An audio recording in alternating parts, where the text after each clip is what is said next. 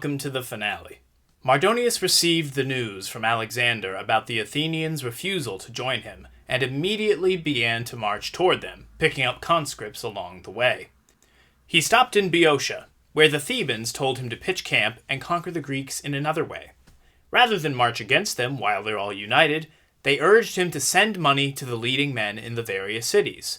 They will come over to your side, and then, with their help, you will easily overcome the ones who oppose you.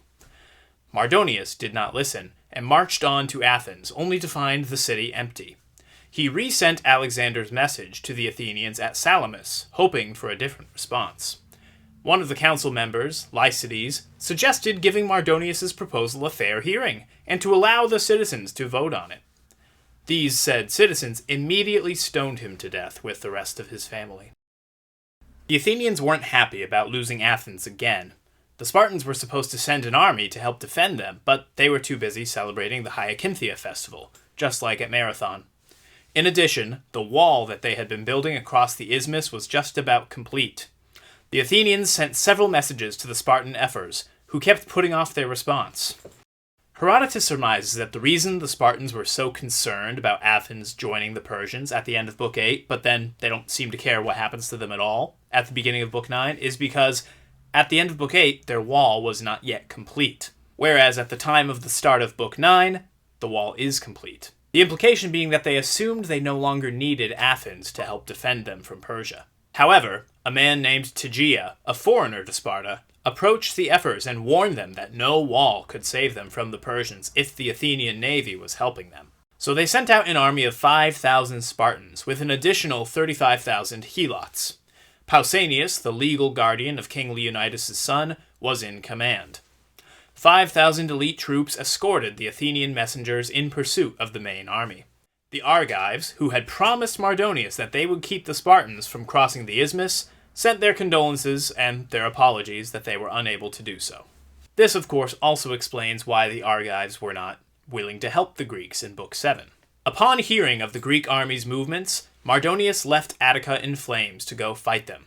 He began by seeking to engage an advance guard of 1,000 Spartans near Megara, but then changed course when he heard of the number of troops already at the isthmus.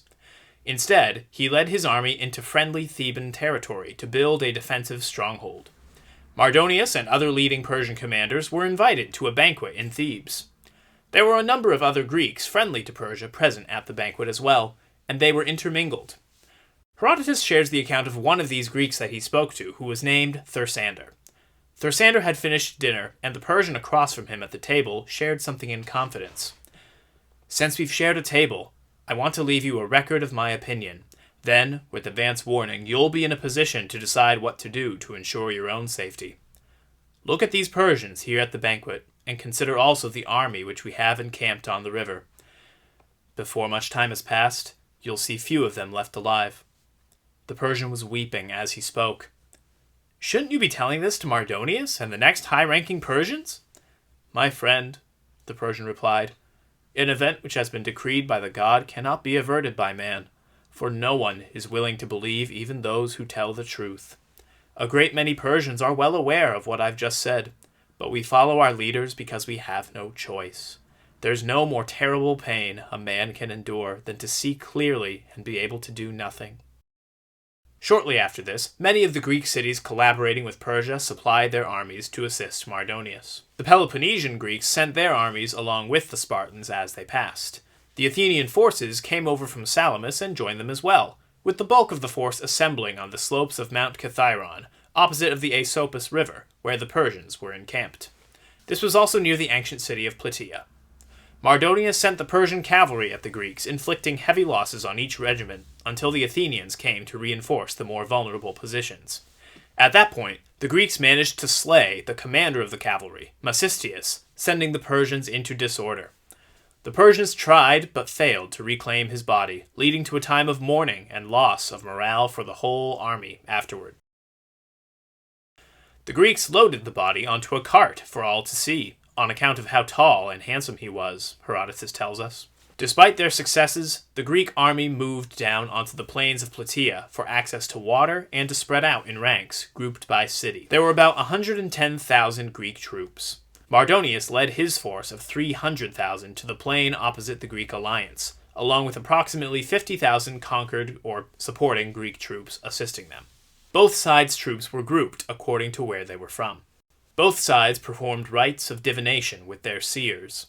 Mardonius found omens favorable for defense, but not attack. For 10 days, neither side initiated an attack. All the while, more and more Greeks kept arriving to join the fight against the Persians. Mardonius became impatient and met with Artabazus, another of the Persian generals. Artabazus suggested following the suggestion of the Thebans on their side, which was to pull their armies back into Thebes and begin paying off the leading citizens of each hostile Greek city. They had plenty of gold. The Greeks would surrender their freedom, and there would be no need for a battle with all its attendant risks.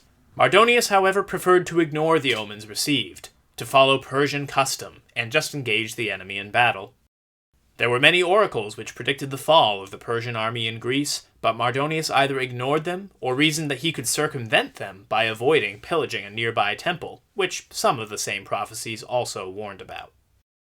That night, mere hours before the Persians were going to attack, King Alexander of Macedonia left the Persian camp to inform the Athenian commanders and Pausanias of Mardonius's plans. He also shared that the Persians had been unable to receive good omens from their divinations, and that they had only enough supplies left for a few more days anyway. In the morning, the Persian cavalry began to harass the Greek forces with arrows and javelins, while also cutting off their water supplies.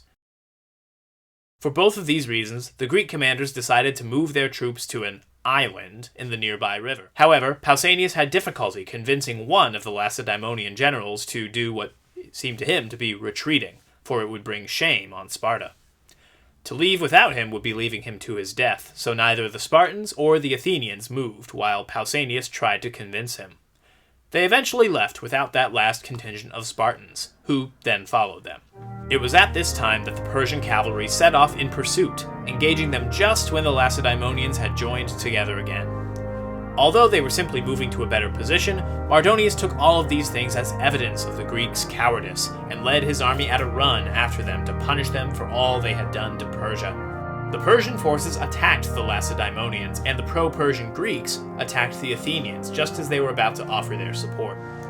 Herodotus writes, "In courage and strength, the Persians and the Greeks were evenly matched, but the Persians wore no armor. Besides, they did not have the skill and expertise of their opponents.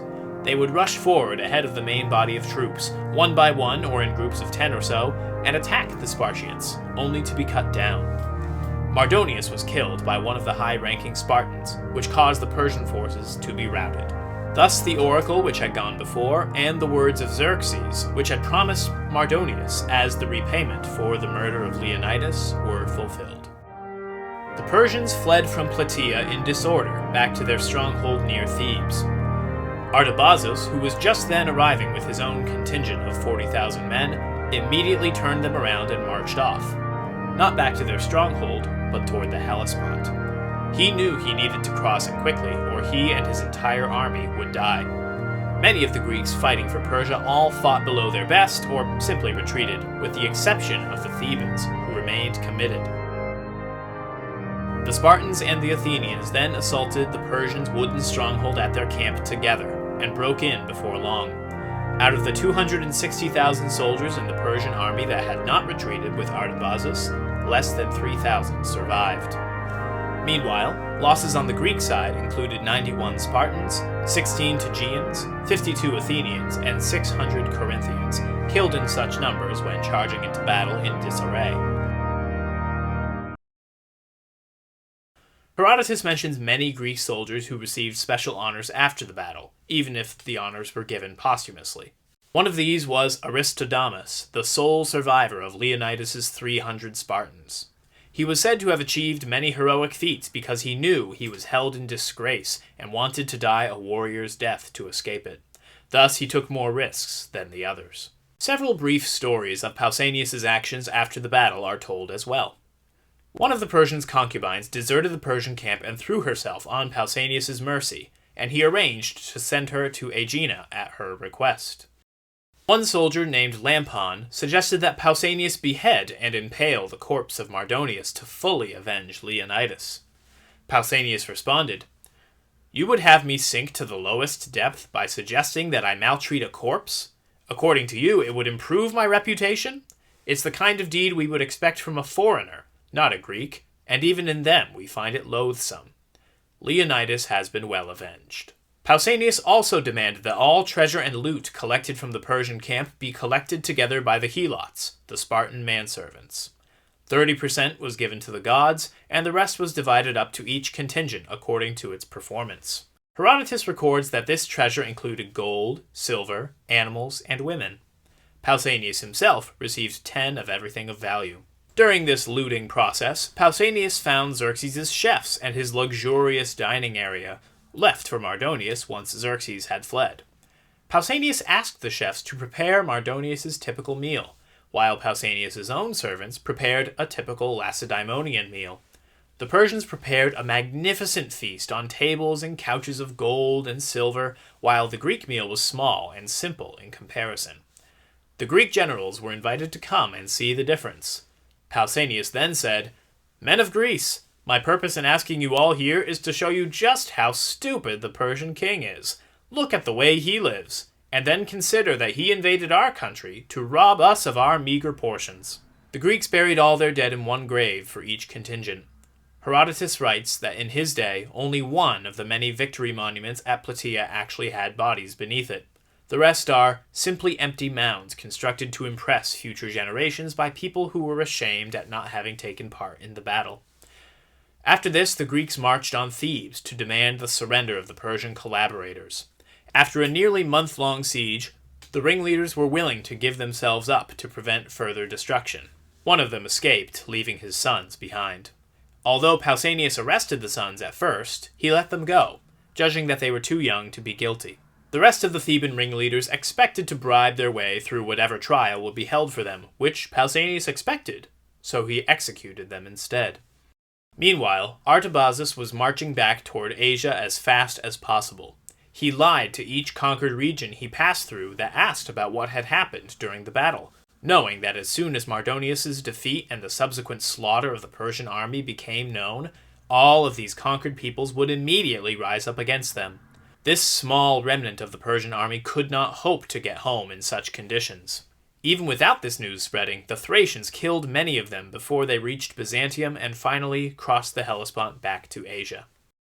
On the same day as the victory at Platea, some Samians approached the Spartan general in charge of the Greek fleet, asking them to attack the Persians' fleet stationed in Ionia.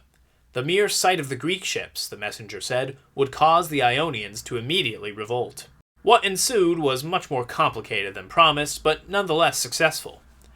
The fleet agreed to sail out to help. The Persian fleet fled before the Greeks to the shore at Mycale, near a shrine of Demeter, hoping for backup from their land army. They sent the Ionians on their side some distance away on the suspicion that they might turn on them. As they built a stockade for protection, the Greek navy prepared to pursue them for what looked like a long and hard fight on the beach. However, it was at that moment that the news of Mardonius' defeat at Platea arrived in the Greek ranks, greatly boosting morale. Herodotus attributed this news to divine intervention, as it came seemingly out of nowhere, and there were shrines of Demeter at both Mycale and Platea. The Athenians and the Spartans strove to outdo each other in the battle, which resulted in a break in the Persians' defensive line. After that, the Ionians quickly turned on the Persians, who fled as they were killed in droves. The Athenians formed treaties with the Ionians, then sailed off to dismantle the bridge at the Hellespont. Herodotus briefly tells us a story of Xerxes' brother, Macystes, who insulted the Persian commander of Mycale during the retreat. The commander then drew his sword against Macystes, only to be fatally suplexed, no kidding, by a good Samaritan standing nearby. Xerxes was so happy that his brother's life was saved, but not for long.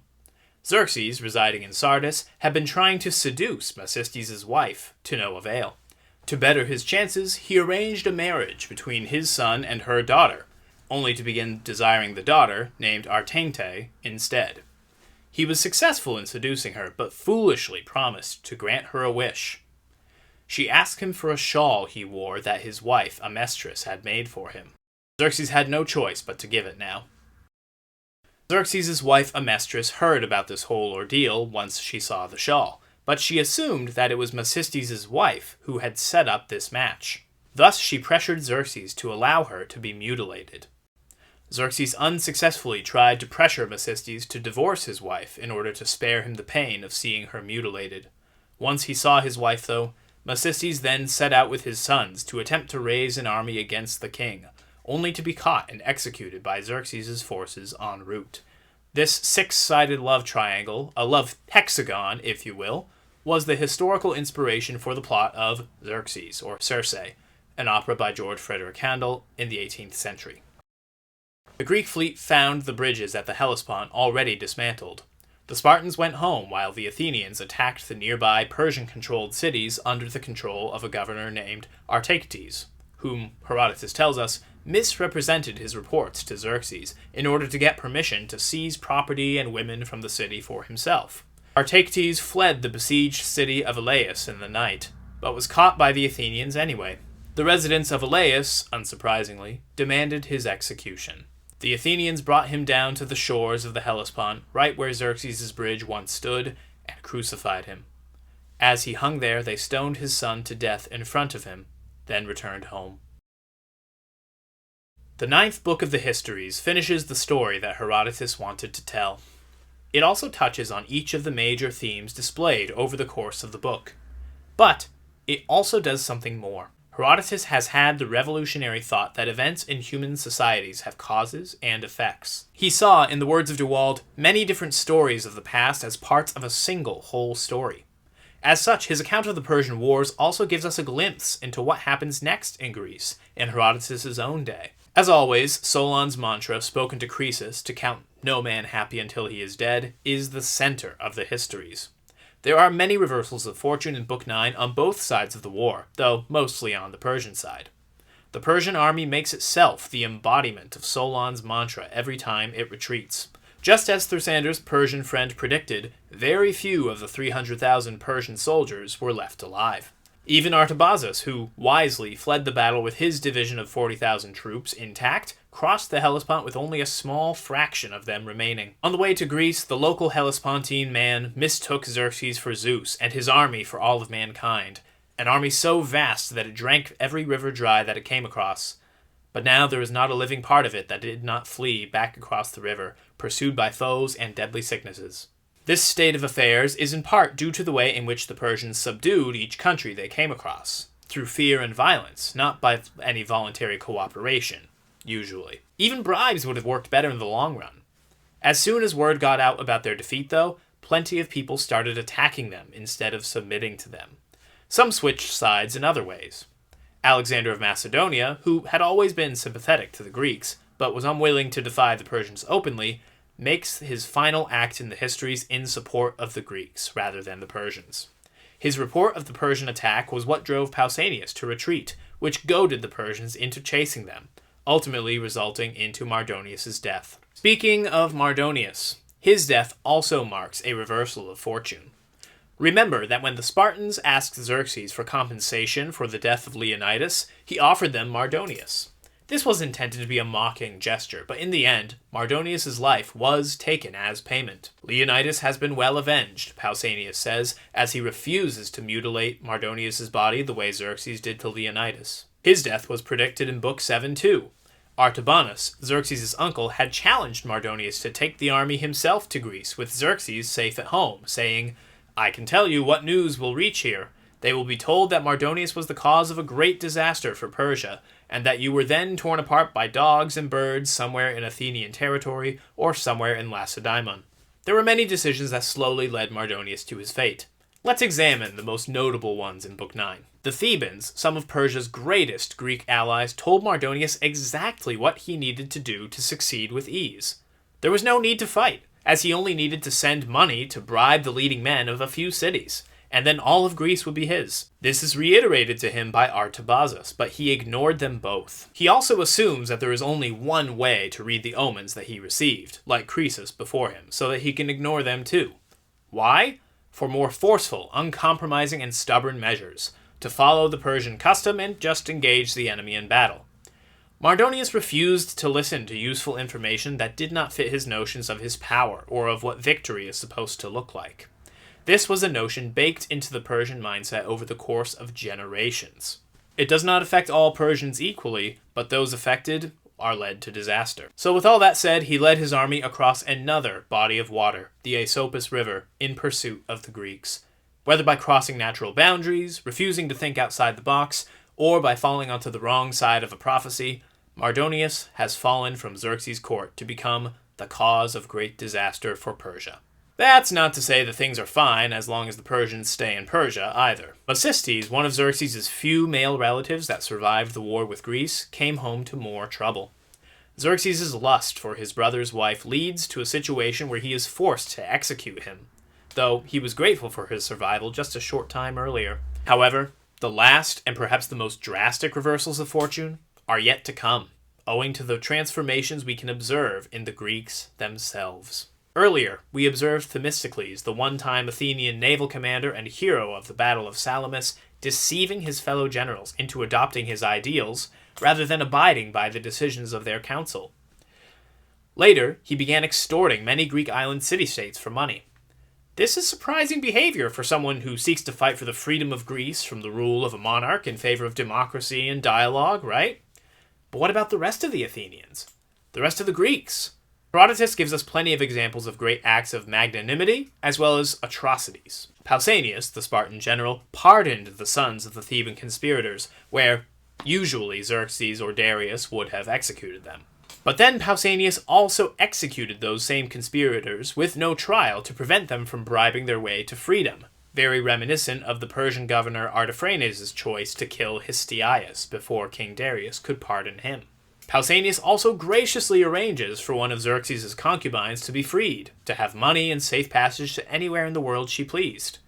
However, he also received 10 of these women for himself from all that was captured from Xerxes. For important context, at this time in Greek history, this would have been a practice that was tolerated, though not thought highly of. The Spartan and Athenian collaboration and striving to outdo each other on the battlefield is a wonderful alternative to driving soldiers on by fear, like the Persians do, which leads to victories at both Platea and Mycale. However, the Spartans were unwilling to leave the safety of the Peloponnese, with its defensive wall across the isthmus, until they became afraid of Athens joining the Persians. The Athenians were well known for their commitment to freedom and democracy, and yet when one of their own citizens suggested giving Mardonius' terms a fair heeding and a vote by the people, those same people immediately killed him and his whole family. He was almost certainly a Persian pawn, and yet this brutality feels very out of place for Greece, at least for the Athenians. They don't stop there, though. At the end of the war, after overthrowing Artayctes, they crucified him at the very spot where Xerxes entered Europe, on the shores of the Hellespont, and then stoned his son to death in front of him. Dewald asks us, is this a final and just punishment from the gods for Persian hubris? Or does it also indicate the beginning of a period where the Athenians, in turn, begin to exhibit the characteristic flaws of the Persians? Herodotus does not say one way or the other. Perhaps it is both. But remember, Herodotus was living through the Peloponnesian War between Athens and Sparta. He knows what happens next. And I believe he expects his readers to make the connection between the excesses of Athens and the events that follow. That we can count no one happy before death, not even the great city-states that together defeated the most powerful empire in the world at the time. The story of the Histories may be a sort of epic insofar as it details larger-than-life characters, as well as small ones, in a huge setting, facing impossible odds and fighting great battles, but the events of human history continue on after the fact. What follows can only be described as a tragedy. So, with knowledge of what follows his account, Herodotus returns to the beginning of the timeline, to Cyrus, perhaps to give some warnings against aggressive expansion to those in his day who might need it. This Artayctes, the one who was crucified, was the descendant of Artambares, who was the author of a certain proposal which the Persians passed on to Cyrus for ratification. The proposal went like this.